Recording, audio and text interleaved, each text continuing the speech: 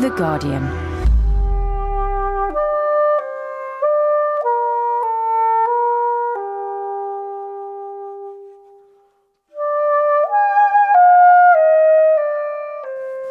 The Guardian Short Stories Podcast.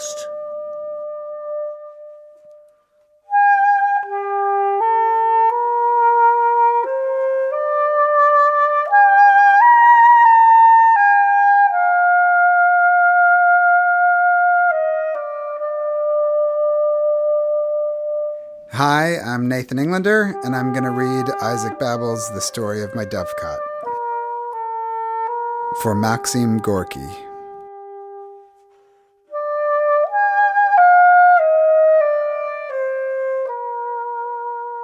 As a child, I wanted a dovecote very badly. In all my life, I have never desired anything more intensely. I was 9 years old when my father promised to give me the money to buy some planks and 3 pairs of doves. The year was 1904. I was getting ready for the examinations for the preparatory class of the Nikolaev Lycée. My family lived in Nikolaev in the province of Kherson. This province no longer exists. Our town was absorbed into the district of Odessa. I was only 9 years old and was frightened of the examinations. In both Russian and mathematics, I could not afford to get less than 5, the highest grade. The Jewish entry quota for our lycée was harsh, only 5%. Out of 40 boys, only 2 Jews could be admitted into the preparatory class. The teachers would come up with the most cunning questions for these 2 boys. Nobody was given the kind of complicated questions we were. So my father promised to buy me doves on condition that I managed to get 2 5+. He tormented me more than I can say. I tumbled into a never-ending daydream, the long, desperate dream of a child. And though I went to the examination immersed in that dream, I still fared better than the rest. I was good at learning. The teachers, though they tried every trick, did not manage to waylay my mind and my sharp memory. I was good at learning, and so got 2 5s. But then the situation changed. Karatan Afrusi, the grain merchant who exported wheat to Marseille, proffered a 500-ruble bribe for his son. I was given a 5- instead of a 5, and the lycée admitted a Frusi Jr. in my place. My father was deeply pained by this. From the time I was 6, he had taught me all the subjects you could imagine. That minus drove him to desperation. He wanted to beat a Frusi up, or to hire 2 dock workers to beat him up. But my mother talked him out of it, and I began preparing myself for the examination next year for the following grade. Behind my back, my family talked my tutor into going over the lessons for both the preparatory class and the first class within 1 year, and, as we were completely desperate, I ended up learning 3 books by heart. These books were Smirnovsky's Grammar, Yevtushevsky's Book of Mathematical Problems, and Putsakovich's Introduction to Russian History. Children no longer study these books, but I learned them by heart, line by line. And the following year, Karavayev, the schoolmaster, gave me those unattainable 5+ in my Russian language examination. Karavayev was a ruddy-faced, indignant man who had been a student in Moscow. He was barely 30. His manly cheeks blossomed with the flush seen on the cheeks of peasant children. He had a wart on his face from which a tuft of ashen feline hair sprouted. Also present at the examination, besides Karavayev, was the deputy warden, who was considered an important figure not only in the lycée but in the whole province. The deputy warden asked me about Peter I, and a blankness came over me, a feeling that the end, the abyss, was near, a dry abyss surrounded by delight and despair. I knew by heart the passage about Peter the Great in Putsakovich's book and Pushkin's poems.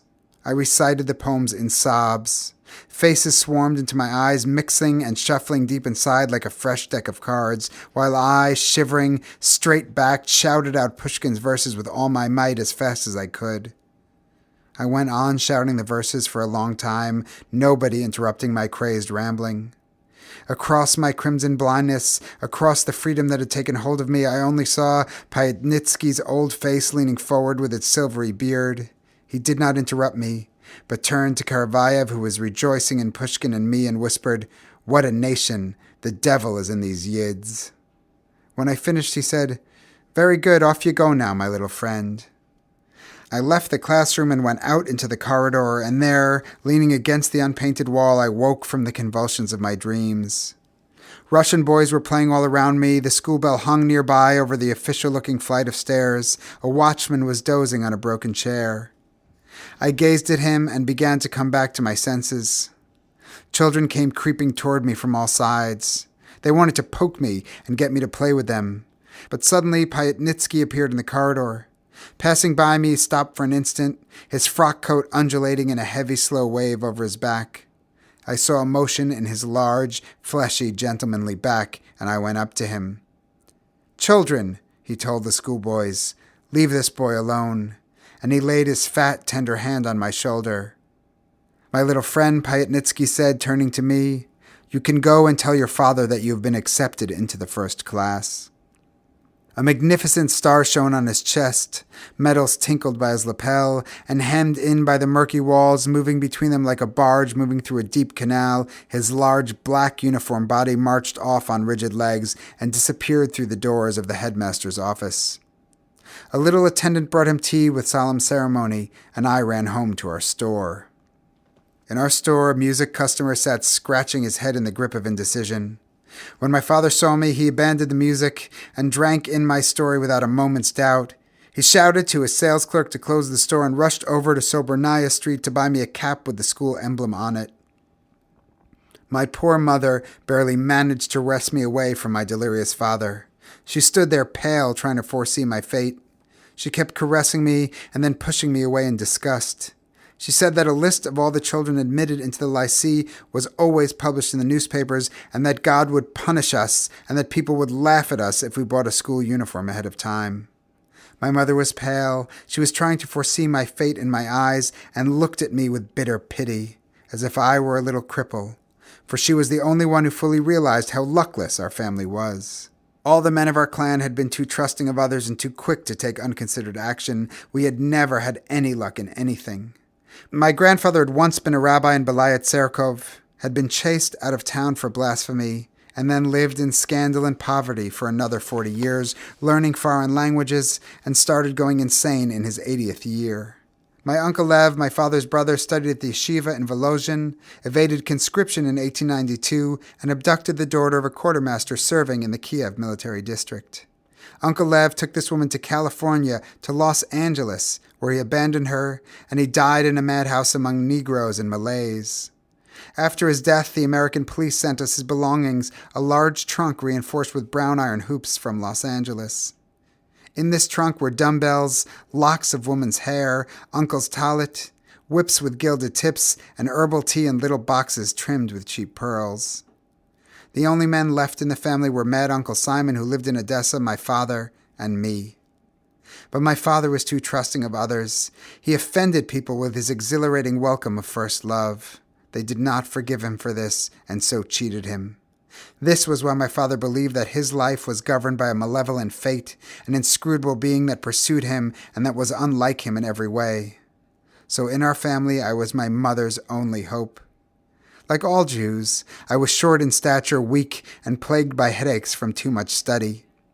My mother could see this clearly. She had never been blinded by her husband's destitute pride and his incomprehensible belief that our family would one day be stronger and richer than other people in this world. She did not foresee any success for us, was frightened of buying a school uniform ahead of time, and only acceded to having my picture taken by a portrait photographer. On September 20th, 1905, a list of all those who had managed to enter the first class was posted outside the lycée. My name was on that list. My whole family went to look at this piece of paper. Even Grandpa Shoyle, my great-uncle, went to the lycée. I loved this braggart of an old man because he sold fish in the market. His fat hands were moist, covered with fish scales, and reeked of wonderful cold worlds. Shoyle was also different from other people because of his fabricated stories about the Polish uprising of 1861. In the distant past, he had been an innkeeper in Skvira. He had witnessed the soldiers of Nicholas I shoot Count Godlewski and other Polish insurgents. But then again, maybe he hadn't witnessed this. Now I know that Shoyle was no more than an old fool and a naive teller of tall tales, but I have not forgotten those little tales of his. They were good tales. So even foolish Shoyle went over to the lycée to read the list that had my name on it, and in the evening he danced and stamped his feet at our beggarly feast. My father organized a feast of celebration and invited his comrades, grain merchants, estate brokers, and itinerant salesmen who sold agricultural machines in our region. These itinerant salesmen sold machines to everyone. Both musics and landowners were afraid of them, as they could not get rid of them without buying something. Of all the Jews, the itinerant salesmen are the most worldly and cheerful. At our feast, they sang drawn-out Hasidic songs made up of only 3 words, but with many funny intonations. Only those who have celebrated Passover with the Hasidim, or who have visited their boisterous synagogues in Volhynia, know the charm of these intonations. Old Lieberman, who taught me Hebrew and the Torah, also came to our house that evening. My family always addressed him as Monsieur Lieberman. He drank more Bessarabian wine than he should have, the traditional silk strings slipped out from under his red vest, and he called out a toast in my honor in Hebrew. In this toast, the old man congratulated my parents and said that by passing this examination, I had won a victory over all my foes. I had won a victory over the fat-cheeked Russian boys and the sons of our roughneck rich. Thus, in ancient times had David, the king of the Jews, won a victory over Goliath. And just as I had triumphed over Goliath, so too would our people, through its sheer power of mind, triumph over the foes that surround us eager for our blood. Monsieur Lieberman wept, pronounced these words weeping, drank some more wine, and yelled Vivat! The dancing guests took him into the circle and danced with him the ancient quadrille as at a shtetl wedding. Everyone was joyful at our feast. Even my mother took a little sip of wine, though she did not like vodka and did not understand how anyone could. Which is why she thought all Russians were mad, and why she could not understand how women could live with Russian husbands. But our happy days were to begin later. For my mother, they began when she started making me sandwiches in the morning before I left for school, when we went from store to store buying festive supplies, a pencil box, a piggy bank, a school bag, new books with hard covers, and notebooks with glossy covers. No one in the world has a stronger response to new things than children. They shudder at the smell that new things give off, like dogs at the scent of a rabbit, and experience a madness which later, when one is an adult, is called inspiration. And this clean, childish feeling of ownership of new things infected my mother too. It took us a whole month to get used to the pencil box and the morning twilight, when I would drink tea at the edge of the large, brightly lit table and gather my books into my school bag. It took us a whole month to get used to our happy life, and it was only after the first school term that I remembered the doves. I had gotten everything ready for them, the 1.5 rubles and the Dovecote made out of a box by Grandpa Shoyle. The Dovecote was given a coat of brown paint. It had nests for 12 pairs of doves, a series of little slats on its roof, and special grating I'd invented so that it would be easier for other doves to come in too. Everything was ready. On Sunday, October 22nd, I set off to the wild game market, but I ran into unexpected obstacles along the way. The story I'm relating here, in other words, my entry into the first class of the Lycée, took place in the autumn of 1905. Tsar Nicholas was in the process of giving the Russian people a constitution, and orators in threadbare coats were clambering onto podiums outside the buildings of the town councils and giving speeches to the people. On the streets at night, shots were fired, and my mother did not want to let me go to the wild game market. Early in the morning on October 20th, the boys from next door were flying a kite right outside the police station, and our water carrier, abandoning all his duties, strolled pomaded and red-faced along the street. Then we saw the sons of Kalistov, the baker, drag a leather vaulting horse out onto the street and start to do their exercises right in the middle of the road. Nobody tried to stop them. Samernikov, the constable, was even egging them on to jump higher. Samernikov was wearing a homemade silk waistband, and his boots that day had been polished to a shine they had never before achieved. An out-of-uniform constable frightened my mother more than anything else, and it was because of him that she would not let me go out. But I crept out onto the street through backyards and ran all the way to the wild game market, which lay behind the train station. Ivan Nikodimych, the dove seller, was sitting at his usual place in the market.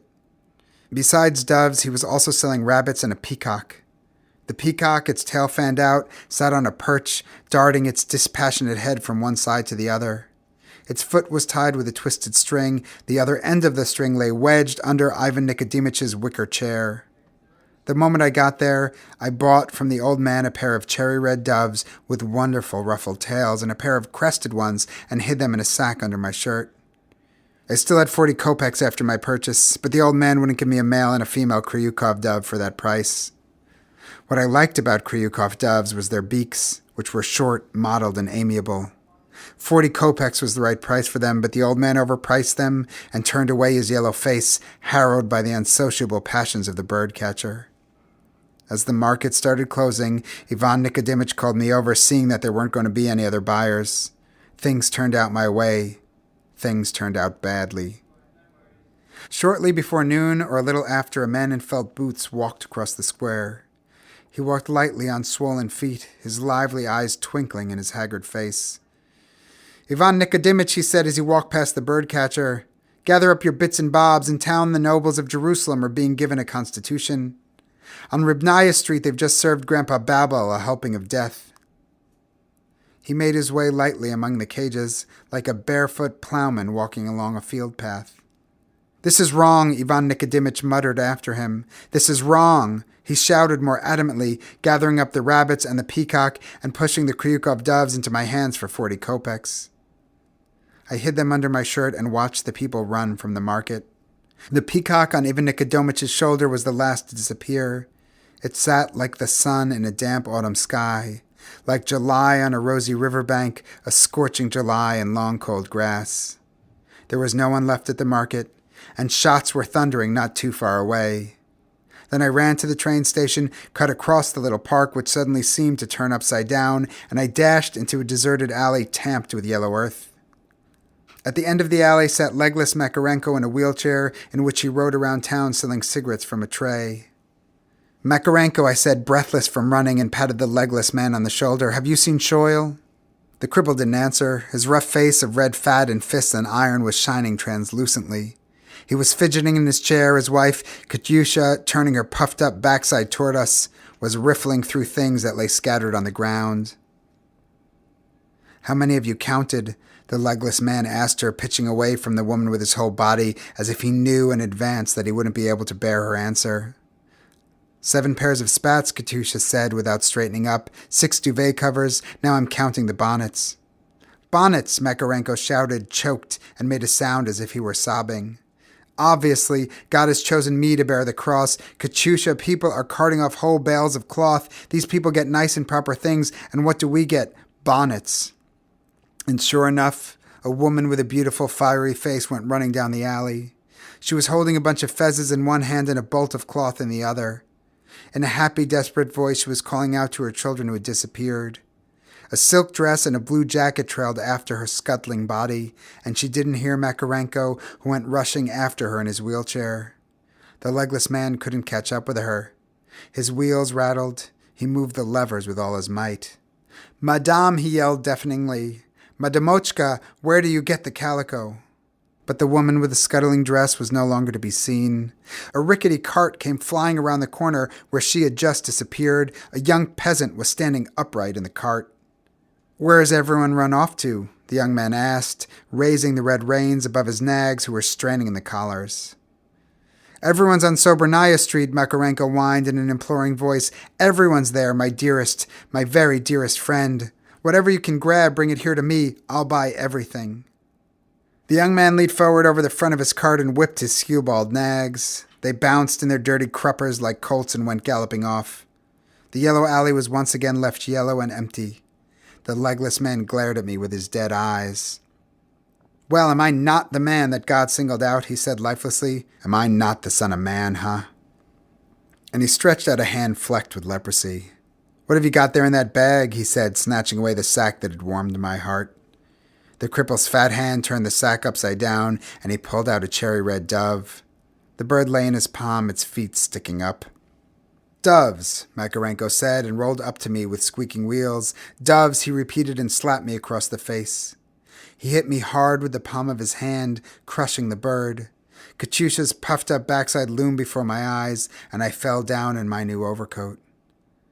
"Their seed has to be stamped out," Katyusha said, getting up from the bonnets. "I cannot abide their seed and their stinking men."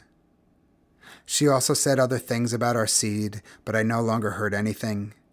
I lay on the ground, the innards of the crushed bird trickling down the side of my face. They trickled, winding and dribbling down my cheek, blinding me. The dove's tender entrails slithered over my forehead, and I closed my uncaked eyes so that I would not see the world unravel before me. This world was small and ugly.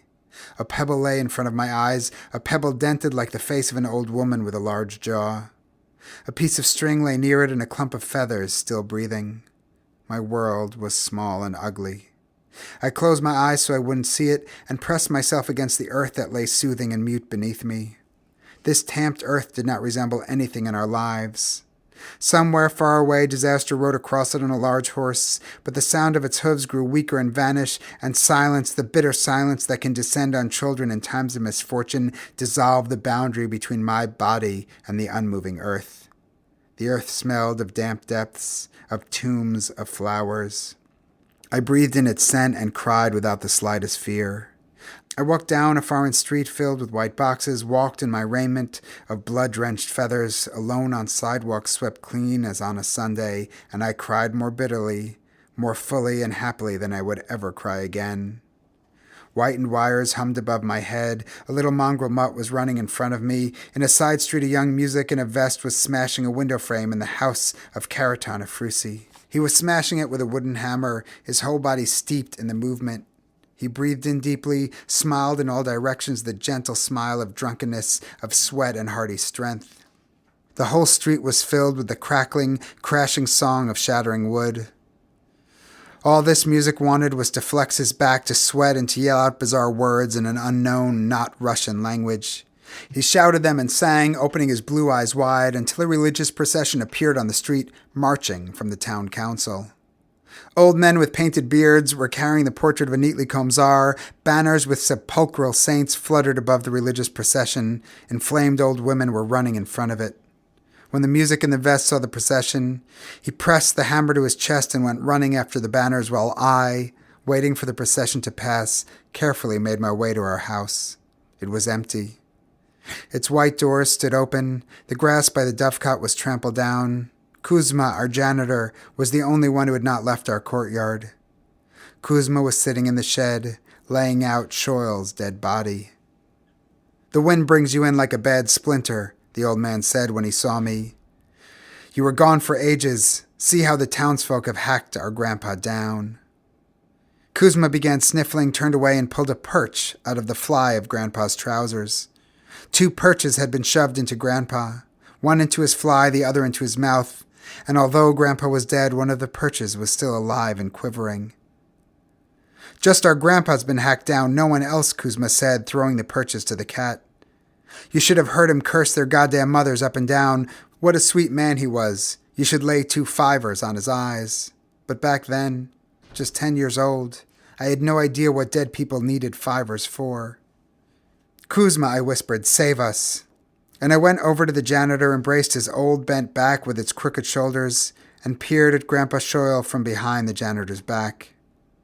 Grandpa Shoyl was lying there in the sawdust, his chest crushed, his beard pointed up, rugged shoes on his bare feet. His legs, spread apart, were dirty, purple, dead. Kuzma was bustling around them. He bound Grandpa's jaws and kept looking to see if there was anything else he had to do for the deceased. He was bustling about as if some new object had just been delivered to his house. He only calmed down after he finished combing the dead man's beard. "He cursed their goddamn mothers," he said, smiling, and looked at the corpse lovingly. "If they had been Tatars attacking him, he'd have fought them off. But it was Russians who came, women too. Damn Russians. Those damn Russians thinks it's an insult to forgive someone. I know those Russians well." The janitor poured sawdust under the dead man. He took off his carpenter's apron and grabbed hold of my hand. "Let's go to your father," he mumbled, squeezing my hand harder and harder. "Your father's been looking for you since this morning. He must be half dead with worry." And I went with Kuzma to the house of the tax inspector, where my parents had hidden from the pogrom.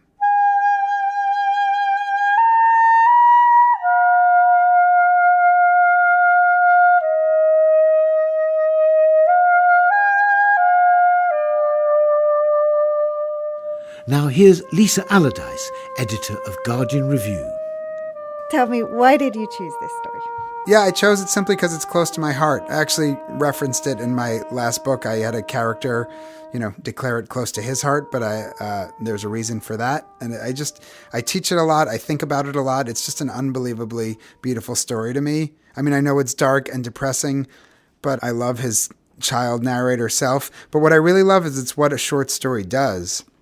Simply, it's what a short story can do best in that way, which is what it's about as a kid who's been promised, some doves if he does well on his exams. That's what it is, but it's actually a history of the Jews in Russia. It's about pogroms. It's about, the end of Tsarist Russia. It's about, the inequalities of the place. It's about, life in these, sort of shtetl towns, or it's really contains his whole universe. And that's why, to me, it's just so beautifully structured, because it's always on point. Pass the exams, get the doves, but really the whole world invades this story. I mean, that's what history is for so many people. I used to think about this all the time when I lived in Jerusalem, where really people are just trying to go about their business, and, politics and history and, violence just invades the day to day. And to me, you can't sum it up more, because it even has its own drama on the family front, right? There's the drama between the mother and father, and just how they choose to be in the world, or the fact that the father wants to have this rich merchant beat up who's buying his way into school. There's already their own mini dramas and mini tensions and mini corruptions and many threats of violence, and even that doesn't make a complete world for them, because there's these outsiders who literally turn it upside down. That's why I love, this is the point, it becomes this violent story, but it's also, the observations are so beautiful, like these pulling this pommel horse out to do gymnastics in the street is a sign of oncoming trouble, just that order is coming apart, much like you say the front of the story, it's buying doves and leads to pogrom. Even that center area where the pogrom is happening, it starts with almost a sweet, joyous, that's the point. We're not of that time, thankfully, and don't know that. But even just this small idea of seeing the policeman not in his formal dress, it's, the idea of things that they happen in history, but they don't happen. How much of the stuff that we take as like the waves of history are also premeditated, that the policeman has polished his boots, or just the description of the peacock on that man's shoulder is devastatingly beautiful. What do your students in 21st century New York make of it? They love it because I insist that they love it. I don't know if they've tried to do anything else but love it, but I won't have any other outcome. No, it ends up being a good story for discussion. As I said, it's just so massive, like so simple a premise, and so that turns into such a massive story. So I always think it's a good teaching story, but not actually, I actually could take all that back, because truly why I teach it is because it makes me feel a certain way. I don't care about editions or anything, just get whichever one you want. The translation I read on the plane coming over to visit you and the one that I just read here are just utterly different. I don't remember, the cat, the shoes turn into clogs, the fivers are kopecks, the Cossacks turn into Russians. To me, even some of the most beautiful descriptions, I'll have them just read out a pretty line, and to hear, 4 or 5 versions of the same line that are all beautiful, but all really different. It's just even a good discussion of what makes meaning, what makes story, even, about the art of translation in its way. But yes, I have to say, every time I read this, I not only have a different experience because of space and time, it's because I keep ending up grabbing a different translation, and it always seems a different story. It's quite funny in places as well, isn't it? I liked the line, like all Jews, I was short in stature, weak, and plagued by headaches from too much study. Yeah, I was going to say, it's almost, it makes me giddy to read that line, which is like, would be anti-Semitic from the outside, but from the inside, it's very Woody Allen. It's almost like the precursor to a certain kind of idea. Because you know what? As tough Jews go, like Babel, he wore his glasses and stuff, he kept them on his head, but he rode with the Cossacks. I mean, he was a tough guy.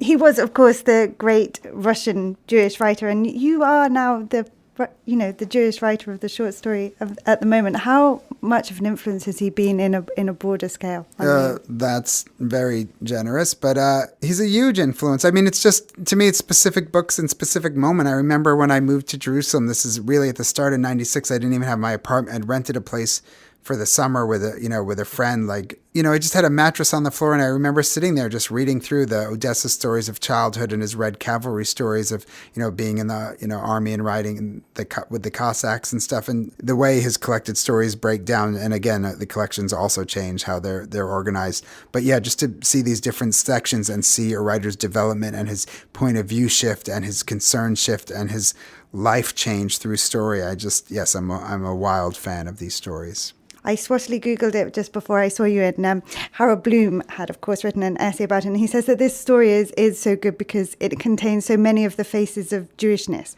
and that every sort of Jewish stereotype is in it, from the pessimistic mother to the overachieving child, etc. Is the Jewishness something that attracts you to him as a writer specifically, or is it more as a craftsman? My Jewish experience is absolutely nothing like his in any way, except that we both rode with the Cossacks. It's, to me, the idea of growing up in a closed world, in a bubble of a world inside another world. I think that speaks to me less than the fact that the story, whether it says tzitzit or ritual fringes or whatever, it's less the cultural element to me than what it felt like to grow up in a town inside of town. That was my experience, to be in a really religious community surrounded by another. Like, yes, there's the cultural connection, but I think it's that experiential feeling of feeling other or outside, except as soon as you stepped into your world, it was its whole universe. So I think the metaphysics of it is what attracts me more. Why is the short story to you your chosen form? The short story really is close to my heart, and I feel like there's been as many novels as have changed me completely. I feel like there are singular stories that have just really affected the way I think and the way I am and the way I see the world. But when I'm writing a novel, I'm like, the novel is the only form. And when I'm writing the play is the only form. I think it's okay to become absorbed in the moment and be utterly, a cheerleader for that thing. But yes, from my start, I started with stories. I've come back to stories, and I don't ever plan, no matter what else I'm working on, not to be writing stories in this life. And I think maybe I just see it as an organic, natural style. It's how story forms.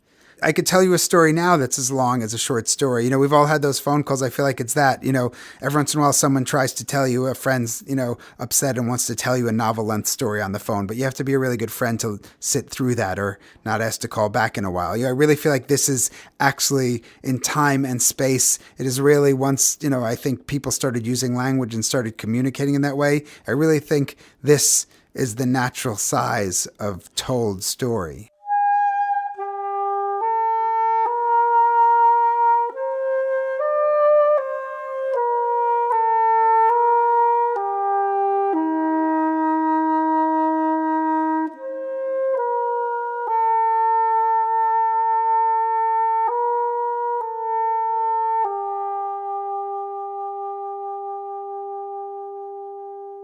For more great downloads, go to guardian.co.uk/audio.